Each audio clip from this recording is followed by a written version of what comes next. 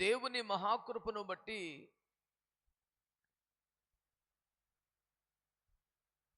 దాదాపు చిన్న వయసులోనే 17-18 ఏండ్లకే సంపూర్ణ సేవకు పిలువబడి దైవజనుల హస్త నిక్షేపణ చేత కృప పొంది ప్రభువు దర్శనమిచ్చున్న చోటికి పంపబడి నేటికి 29 సంవత్సరాల 5 మాసాలు ప్రభు చిత్తమైతే ఆయన కృపంటే 2024 జూలై 18వ తేదీకి నేను సేవకి ఇంటిలో నుంచి బయటికి వచ్చి 30 ఏండ్లు అవుతుంది. ఈ 30 ఏండ్లుగా నువ్వేమి సాధించావు? నీవు సాధించిన విజయాలేమిటి అని ఎవరైనా నన్ను అడిగితే నేను గొప్పగా చెప్పడానికి ఏమీ లేవు అని యథార్థంగా ఒప్పుకుంటున్నాను. కానీ దేవుని కృపలో ఒకటి మాత్రం నమ్మకంగా యథార్థంగా చెప్పగలను. అదేమనగా ఈ 30 ఏండ్లలో దేవుని వాక్యాన్ని నమ్ముకుని బ్రతికనే గాని అమ్ముకుని బ్రతకలేదు. అది 100% నిజమని మీ ఎదుట సాక్ష్యం ఇస్తున్నాను. నేను 94లో సేవకు వస్తే 96లో నుండి ఆయా చోట్ల వాక్యోపదేశానికి పిలువబడే కృప ప్రభు ఇచ్చారు. 96 అంటే నాకు 20వ ఏట. ఆయా వాల్ పోస్టర్స్లో నా ఫోటో పడే నాటికి నా వయసు 20. అప్పటి నుంచి ఇప్పటిదాకా ప్రభు అవకాశం ఇచ్చిన ప్రతి చోట దేవుని ప్రేమను, దేవుని శక్తిని, దేవుని రాకడను ప్రకటిస్తూనే ఉన్నాను తప్ప నాకేమిస్తావు అని కానీ, నాకేం పెడతావు అని కానీ, కనీసం ఎంత జనం వస్తారని కానీ ఎన్నడూ ఒక్కసారి కూడా ఎవరిని అడగలేదు నేను. ఇలా వేల కొలది ఆత్మలకు బాప్తిస్మాలు ఇచ్చే అవకాశాన్ని, వందలాది మంది దైవజనులను హస్తనిక్షేపణ చేసే కృపని, భాగ్యాన్ని ప్రభు ఈ అల్పదాసుడికి ఇచ్చారు. ఈ క్రమంలో నేను కూడా ప్రయాసపడుతున్నాను. నాకంటే పరిశుద్ధులు, ప్రార్థనా పరులు, ప్రయాసపడేవారు వందల కొలది, వేల కొలది దేశంలో ఉన్నారు. అయినా ఈ దేశంలో రక్షించబడ్డ శాతం ఇంకా తక్కువే ఉంటుంది. ఏంటి ప్రభువా, సేవకురికే అన్ని వదులుకొని సమర్పణలో ఉన్నాం కదా, నువ్వు ఏం చేయమన్నా చేయడానికి రెడీగా ఉన్నావు. మా దేశంలో మహారక్షణ కలగాలంటే మేమేం చెయ్యాలో చెప్పు నాయనా, అందుకే కదా ఉన్నాం, మాకు ఇంకేం పని ఉంది అని 2013 చివరిలో నేను 21 దినములు ఉపవాసం ఉండి ప్రభు సన్నిధిలో ప్రార్థించాను. ఆ ప్రార్థనలో ప్రభు నాకు బయలుపరిచిన అంశం ఏమనగా, సమృద్ధిగా సువార్త ప్రకటించబడుతుంది, వాక్య విత్తనాలు వెదజల్లబడుతున్నాయి, దానికి సరి సమానంగా ప్రార్థన ఉండటం లేదు. అందుచేత ప్రార్థన చేయండి, ప్రార్థన చేయండి అని సంఘాలను హెచ్చరించడమే కానీ దైవ సేవకులే ప్రార్థన చేస్తే, అది కూడా కలిసి ప్రార్థన చేస్తే తప్పక దేశములు మీరు ఒక కదలికను చూస్తారని ప్రభు అన్నారు. ఆ వెంటనే అప్పటికే ప్రసంగికుడిగా చాలా కాలంగా తిరుగుతున్న మనిషిని గనక పెద్ద పెద్ద సభలకు నన్ను పిలిచే ఎక్కువ మంది సేవకులను తమ సహవాసాలు కలిగిన అయ్యగారులందరితో మాట్లాడాను. అయ్యా, మీ దగ్గర చాలామంది సేవకులు ఉన్నారు కదా, దైవజనులే కలిసి ప్రార్థన చేస్తే ఒక ఉజ్జీవాన్ని చూస్తామని దేవుడు మాట్లాడుతున్నారు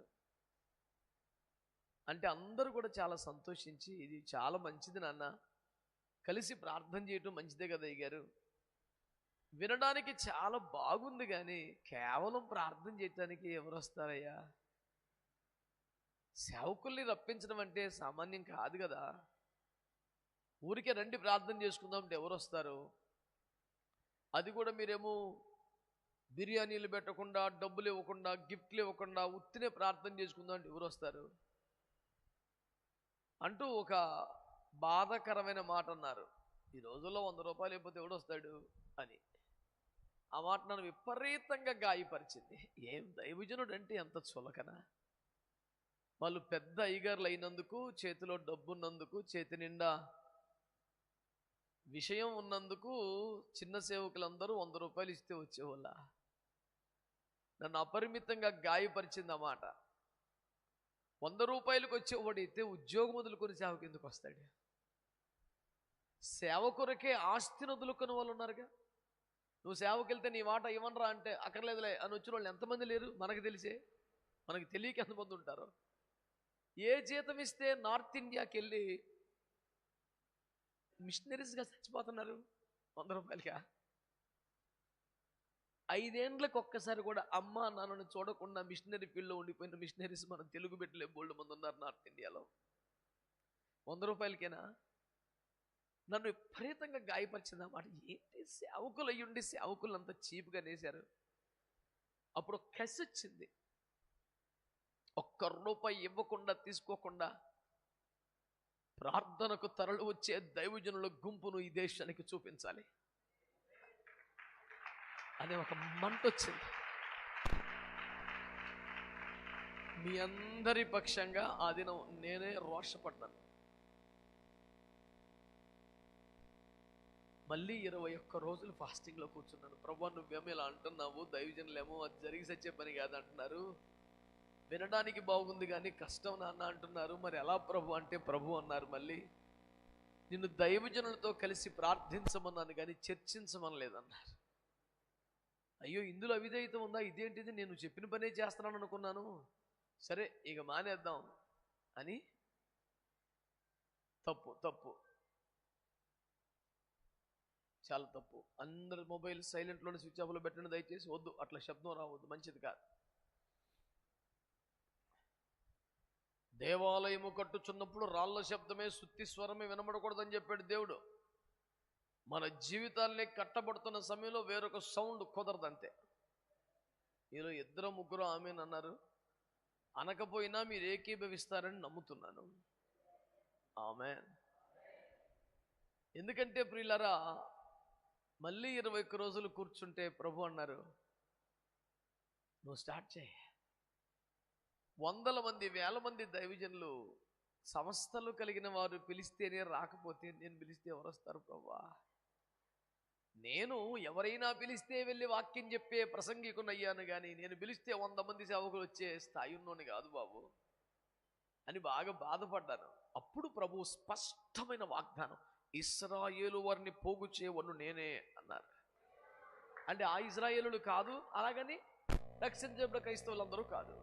ప్రభు మాట్లాడింది ఏంటంటే దేవునితో మనుషులతో పోరాడి గెలిచే ప్రార్థనా పరులను ఇశ్రాయేలీలు. నేను అలాంటి వాళ్ళని నేను సమకూరుస్తాను అని ప్రభు అన్నారు. అయ్యా నువ్వు పిలిస్తే ఎందుకు రారయ్యా అని ఆ రోజు నుంచి ఈ రోజుకి మేము ఒక వెబ్సైట్ కానీ ఒక ఫేస్బుక్ని వేదికగా చేసుకొని కానీ ఎన్నడూ తాపత్రయపడలేదు. ఈ 10 ఏండ్ల ప్రయాణంలో 1 రూపాయి కానుక ఎవ్వరికి ఇవ్వలేదు. ఎంత బ్రతిమాలిన మా ఊరికి వచ్చారు కదా నా ఖర్చులు పెట్టుకొని అని బ్రతిమాలిన 1 రూపాయి నేను కూడా తీసుకోలేదు. మీరందరూ మీ ఛార్జీలతో వస్తున్నారుగా, మరి నేను కూడా నా ఛార్జీతో వస్తాను. ఇది నా సమర్పణ.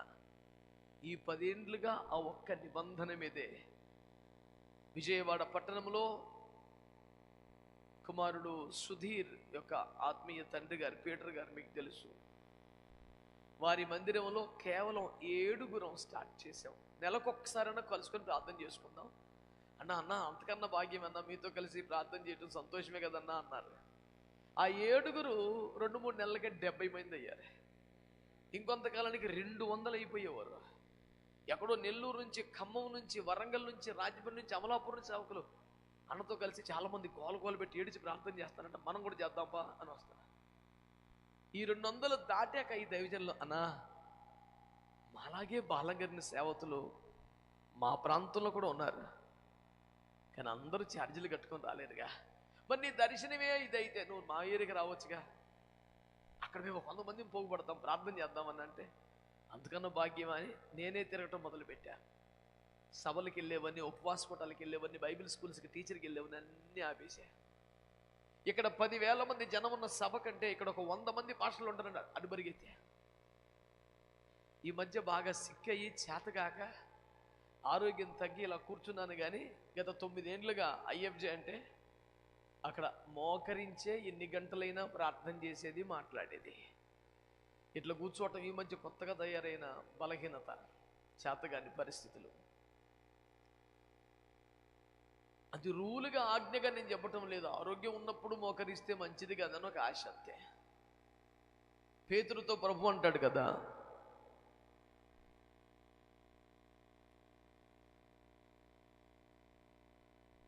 నీకు ఆరోగ్యం హుషారుగా ఉన్నప్పుడు ఎందుకు మళ్ళీ మారుతుంది అబ్బాయి, నువ్వు బాగానే వెళ్తావు, అది దాటిపోయే కాలం ఒకటి వస్తుంది, అప్పుడు ఎవరో ఒకరు తీసుకెళ్తారు. నాకు ఆ మాటలు గుర్తొచ్చి, ఆ వయస్సు, ఆ కాలం, ఆ స్థితి వచ్చేదాకా మనం ఎందుకు ఆగాలి, ఉన్నప్పుడే మోకరిద్దాం అని తాపత్రయపడి వెంటనే మెల్లిగా అమలాపురం స్టార్ట్ చేసాం, రాజమండ్రి స్టార్ట్ చేసాం, గుంటూరు స్టార్ట్ చేసాం, ఖమ్మం స్టార్ట్ చేసాం. ఎక్కడైనా ఫార్ములా ఒకటే, ఎవరి సంఘాలు వారి, ఎవరి దర్శనం వారిది, ఎవరి సేవ వారిది. ఐఎఫ్జెకి వస్తే ఎవరి నాయకత్వ కిందకి రావాల్సిన అవసరం లేదు. అంత ఆసక్తిగా యువతలు కూడా ఎవరు లేరు. మన ఆత్మీయ నాయకత్వానికి మనం నమ్మకం ఉండాలి. దశంభాగాల కనుక అక్కడే చూసుకోవాలి. కానీ ఇక్కడ ఇవ్వటం ఉండదు, తీసుకోవటం ఉండదు. ఒక 3 గంటలు కలిసి ప్రార్థనలు గలుపుతాం. అందులో కనీసం 2.5 గంటలు మోకరించి అనేక అంశాల కోసం చేస్తాం. లాస్ట్లో ఒక అరగంట 4 మాటలు దేవుని వాక్యం చెప్పుకుందాం. నేనే అని కాదు, ఎవరో ఒక దైవజనులు 4 మాటలు పంచుకుంటే సేవకులకి ప్రోత్సాహకరంగా ఉంటుంది. దేవుని మాట విన్నాం, తిన్నాం అన్న తృప్తి ఇంటికి పోతాం అనే ఒక ఆలోచనతో స్టార్ట్ చేశాం. అలాగన్నా మా ఊర్లో స్టార్ట్ చేయన్నా, అన్న మా ఊర్లో అన్న అంటే ఇప్పటికది 2 తెలుగు రాష్ట్రాలు నెలకి సుమారు 48 చోట్ల ప్రతి నెల క్రమంగా కూడుకొని కలిసి ప్రార్థన చేస్తాం. ఒక్కో చోట 100, ఒక్కో చోట 50, ఒక్కో చోట 200, ఒక్కో చోట 300. ఈ మధ్య హైదరాబాద్లో వరుసగా 2-3 నెలలు ప్రతిసారి 500 మంది సేవకులను వస్తూనే ఉన్నారు. ఇలా ఇక్కడ 50, అక్కడ 100, అక్కడ 70, అక్కడ 200, 300 ఇలా కలిపితే నెలకి అన్ని చోట్ల కలిపి ఒక 3,500 నుంచి 4,000 మంది సేవకులు అవుతున్నారు.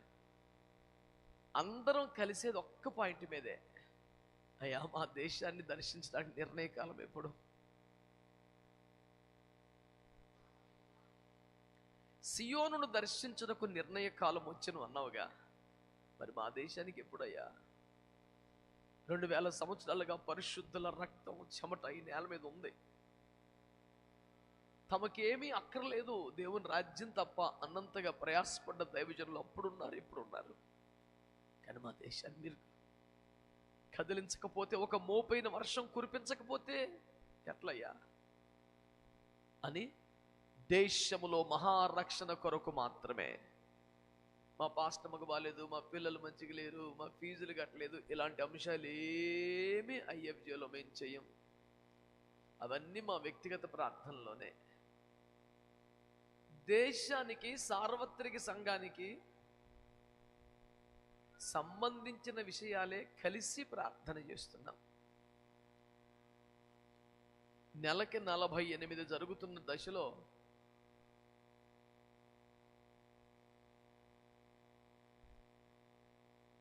నెలకి 24 చోట్లకు కనీసం నేను వెళుతున్నాను. మరొక 24 ఎవరో ఒకరు దైవజనులు నడుపుతున్నారు.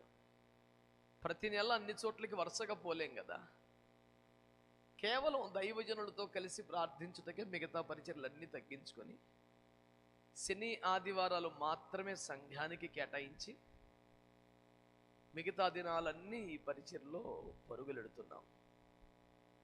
ఆ క్రమంలో ఈ రోజున దేవుని కృపను బట్టి, చిత్తమును బట్టి, ఈ ప్రాంతపు దైవజనుల భారాన్ని బట్టి, సహోదరులు రవి గారి యొక్క ఆసక్తిని బట్టి, తమ్ముడు యోబు యొక్క ప్రోత్సాహాన్ని బట్టి, ఈ ప్రాంతపు దైవజనులు పెద్దలైన వారందరూ కలిసి ప్రార్థించాలి అనే గొప్ప మనసుతో ముందుకు రావడాన్ని బట్టి పామరులో కూడా ఐఎఫ్జే ఆరంభించడానికి ప్రభు ఈ దినం కృప చూపారు. సమస్త మహిమ ఘనత ప్రభావాలు ప్రభుకి ఆరోపిస్తూ పామరు ప్రాంత దైవజనులందరికీ నా 2 చేతులెత్తి వందనాలు చెప్పుకుంటూ, నేను కేవలం మీలో ఒకనే కదా, నేను రావటం నేను మాట్లాడటం అస్సలు ముఖ్యం కాదు, కాకూడదు. నెలకొక్కసారైనా మీరు ఏదో ఒక చోట ఎవరో ఒకరి మందిరంలో కూడుకొని ఈ అంశాల కొరకు ప్రార్థించమని నేను మిమ్మల్ని కోరుకుంటున్నాను. అప్పుడు ఏమవుతుందంటే అవే అంశాల కొరకు అలాంటి దైవజనులే మరొక ఊరిలో కూడా చేస్తారుగా. అంటే ఒకే అంశం కొరకు ఒకే సమయంలో వేరే వేరే ప్రాంతాలన్నింటిలో కూడా ప్రార్థనలు జరుగుతాయి. ఒక బలమైన కార్యం జరుగుద్దని, దేశములో ఒక కదలిక వస్తుందని మా ఆశ. ఈ దర్శనాన్ని మీరు స్వీకరించి మీ వ్యక్తిగత ప్రార్థనలు, కుటుంబ ప్రార్థనలు, సంఘ ప్రార్థనలతో పాటు నెలకొక్క 3 గంటలు ఐఎఫ్జే ప్రార్థనల కొరకు సమయం కేటాయించాలని. ఇది ఒక సంస్థ కాదు, ఇది ఒక పాస్టర్స్ ఫెలోషిప్ కాదు, ఇది వేరొక సిద్ధాంతం కాదు. దైవజనులు కలిసి ప్రార్థన చేయాలనే దర్శనం మాత్రమే. అది ఆ 3 గంటలకే పరిమితం. దానికి ముందు దాని తర్వాత మీ సేవ మీది, మీ సంఘాలు మీ, మీ పరిచర్యలు మీ, మీరెందులో చేరిపోవటము, ఏ నాయకత్వ కిందకి రావటం అనేవి లేవు, ఉండవు. ఎప్పటికీ ₹1 ఇవ్వడం తీసుకోవటం ఉండదు. ప్రతిసారి ఒక్కరి మందిరములోనే చేస్తే మా మందిరంలో కూడా ఇంతమంది దైవజనులు వచ్చి ప్రార్థిస్తే బాగుండును అనే ఆశ ఉంటుంది కనుక ఈ ఐఎఫ్జే ప్రారంభం నుండి నేటి వరకు నెలకొకరి మందిరంలో కూడుకోవటం జరుగుతుంది. పామరు ప్రాంతంలో ఎందరో దైవజనులు ఉన్నారు, ఎన్నో అద్భుత మందిరాలు ఉన్నాయి. నెలకొక్క మందిరములోనైనా ఈ 3 గంటల విజ్ఞాపన పరిచర్లో మీరందరూ మోకరించాలని, ఏదో విందులు వినోదాలు లాంటి భారీ ఆర్భాటాలు లేకుండా సాధారణ భోజనంతో తంతు ముగించాలని నేను ప్రత్యేకంగా మనవి చేస్తున్నాను. భోజనం గురించి ఏముందిలే అన్న, ఎవరి స్తోమతను బట్టి వారు పెడతారులే అని అంటారేమో. వద్దు. ఎందుకంటే స్తోమత కలిగిన వారు పెండ్లి విందులా పెడుతుంటే స్తోమత లేని దైవజనులు అమ్మో ఇలా మనం పెట్టలేం కదా అని తమ మందిరములో దైవజనులను ఆహ్వానించి ప్రార్థనలు జరిగించుకోలేకపోతున్నారు. దయచేసి సామర్థ్యం కలిగిన వారు కూడా తగు మాత్రంగా మితాహారాన్ని ఇచ్చి, ఐఎఫ్జి అంటే పెద్ద భోజనానికి కూడా ప్రాధాన్యత ఉండదులే అనే సాక్ష్యం వస్తే తప్పేమి కాదు, రానివ్వండి, నష్టమేమీ లేదు. అప్పుడు చిన్న చిన్న స్థితి కలిగిన సేవకులు కూడా అనా ఈ నెల మా మందికి రండి అంటే దీవించబడ్డ మీరంతా వెళ్ళి ఆ చిన్న సేవకుడి మందిరంలో ప్రార్థనలు చేస్తే మీ బాధధూళి, మీ కన్నీరు వారికి ఆశీర్వాదం కాదా? కనుక ఈ దర్శనాన్ని ఇలాగే మీరు అర్థం చేసుకుని మీ హృదయముల్లోనికి స్వీకరించి ప్రార్థనలు చేయాలని నేను కోరుతున్నాను. పాస్టర్స్ ఫెలోషిప్ ఎప్పుడు ఎక్కడ కూడుకున్నా ప్రార్థనలు చేస్తారు. సహజంగా కలుసుకున్నప్పుడు ప్రార్థన చేసేవి మనకు ఎరుగుదము, కానీ ప్రార్థించుట కొరకే కలుసుకోవటం ఐఎఫ్జే దర్శనమని మీకు మనవి చేస్తున్నారు. కనుక ప్రసంగాలు వ్యర్థమని, ప్రసంగాలకి అనవసరమని అనడం లేదు. ప్రసంగాల మోతాదుకు సమతూకమైన ప్రార్థన ఉండటం లేదు కనుక విశ్వాసాల మీద నెట్టేయకుండా మనమే ప్రార్థన చేద్దాం. నెలంతా సేవ చేసుకుంది, ఒక్క 3 గంటలు కేటాయిద్దాం. చాలామంది దైవజనులు అన్నా మీరు చాలా ఆసక్తిగా భారంగా స్పందించారు కానీ ఈ నెల రాలేదే అని అడిగితే అన్నా చిన్న ప్రేయర్ ఉండి రాలేదన్నా, అది ఎంత బాధ అనిపిస్తుందో. చిన్న ప్రేయర్ ఉండి రాకపోతే మరి మేము 300-400 కిలోమీటర్లు వదులుకొని నెలకు 24 ఐఎఫ్జీలకి తిరిగి ₹1 ఇవ్వకుండా తీసుకోకుండా దైవజనులందరం కలిసి ప్రార్థన చేస్తే ఏదో బలమైన కార్యం జరగాలని ఆశ కదా. మరి చిన్న ప్రార్థన కోసం నువ్వు అట్లా దైవజనులతో కలిసి ప్రార్థన చేసే అనుబంధాన్ని వదులుకుంటే ఎలా? కనుక మన సంఘాలు, మన పరిచర్యలు, మన కార్యక్రమాలు అడ్జస్ట్ చేసుకుందాం. పామరు ఐఎఫ్జే కోసం కూడా ప్రతి నెల పలాని దినం అని ఒకటి కేటాయించుకోండి. మీ అందరికి ఇష్టమైంది, మీకు అందరికి వీలైంది. ఈ ఐఎఫ్జేల్లో కూడా అనుకూలత కొరకు ఒకే రోజు 2 చోట్ల ఉండాల్సిన పరిస్థితిని బట్టి ఉదయం 6:30 నుండి 9:30 వరకు ఒక ఐఎఫ్జే, 10 గంటల నుంచి 1 గంట వరకు వేరొక ఊర్లో ఐఎఫ్జే. ఇప్పుడు పామర్లో 6:30, 9:30 మార్నింగ్ పెట్టామనుకోండి, 10 to 1 విజయవాడలో ఏర్పాటు చేస్తున్నాం. అలాగా ఇక్కడొక 200-300, అక్కడ ఒక 200-300 దైవజనులు అలా కలిసి ప్రార్థన చేస్తున్నాం. ఈ 2 సమయాల్లో కూడా మీకు అనుకూల సమయం ఏదైనా మీరు కేటాయించుకొని ఆయా సభలకు వెళ్ళినట్టుగా తీరిగ్గా ఏదో ఒక సమయానికి వచ్చి చేరిపోకుండా కలిసి ప్రార్థన చేసే ఏకైక లక్ష్యంతో ఆరంభించబడింది గనక, ప్రార్థనలు అయిపోయికి వస్తే అర్థరహితం గనక ప్రార్థనలో ఏకీభవించుటకే సమయానికే వచ్చుట ద్వారానే దర్శనం నెరవేరుతుంది, కార్యం జరుగుతుంది అని గుర్తించమని మనవి చేస్తున్నాను. పామరు ఐఎఫ్జే ఈ రీతిగా ఆరంభించినందుకు నేను ప్రభువుని స్తుతిస్తూ ఈ ప్రాంత దైవజనులందరికీ, రవి గారికి నా వందనాలు తెలియజేసుకుంటున్నాను. ఆయా ప్రాంతాల నుంచి వచ్చిన దైవజనులందరూ కూడా పామరు ఐఎఫ్జేని బట్టి ఒకసారి చప్పట్లు కొట్టి ప్రభుకు స్తోత్రం చెబుదాం. దేవుడు ఈనాడు ప్రారంభించబడ్డ పామరు ఐఎఫ్జేని తన రాకడ వరకు మహిమకరంగా కొనసాగించునుగాక. ఇకపోతే 2014 ఫిబ్రవరి 14వ తేదీన ఇది ప్రారంభించాము కనుక 2024 ఫిబ్రవరి 14 గట్టిగా కొడితే 2 నెలలు కూడా లేదు. ఆ రోజుకి 10 ఏండ్లు పూర్తవుతాయి. ఆ సందర్భంగా ఈ 48 చోట్ల కూడుకుంటున్నాగా, అందరం ఒక్క చోట కూడుకొని ప్రార్థించాలని ఒక ఆశ ఉంది. నా చేతులు జోడించి వాళ్ళందరినీ హృదయపూర్వకంగా ఆహ్వానిస్తున్నాను. 2024 ఫిబ్రవరి 14. అది ఎక్కడ పెట్టాలి అనేది విశాఖపట్నమా, విజయవాడ, హైదరాబాద్ ఇంకా అనుకోలేదు. ప్రార్థనలు చేస్తున్నాం ప్రభు నడిపింపు కొరకు. స్థలం ఏదైనా, నా స్థలాన్ని వదిలి 10 ఏండ్లుగా మీ చుట్టూ తిరుగుతున్నానుగా, ఈ ఒక్కసారికి నా ఆహ్వానం మన్నించి అనుకూలత కలిగిన చోట ఏర్పాటు చేసిన ఆ 10వ వార్షికోత్సవ కూడికకు మీరంతా రావాలని ఇప్పుడే నా హృదయపూర్వక ఆహ్వానాన్ని తెలియచేస్తున్నాను. ఆ డేట్ మీ క్యాలెండర్స్లో, స్కెడ్యూల్స్లో, ప్లానర్స్లో బ్లాక్ చేసుకోండి. ఈ జనవరి 1 ఆరాధనలు అయిపోయిన తర్వాత మీకు ఒక ఆహ్వానాన్ని అన్ని ప్రాంత వాట్సాప్ గ్రూపులకి నేను షేర్ చేస్తాను. తప్పనిసరిగా మీరు పాస్టమ్మలు, మీకు తెలిసిన కొంతమంది సేవకులను ప్రోత్సహించి కొన్ని వేల మంది మీ ఒక్క చోట చేరి మహారోదన చేయనట్లుగా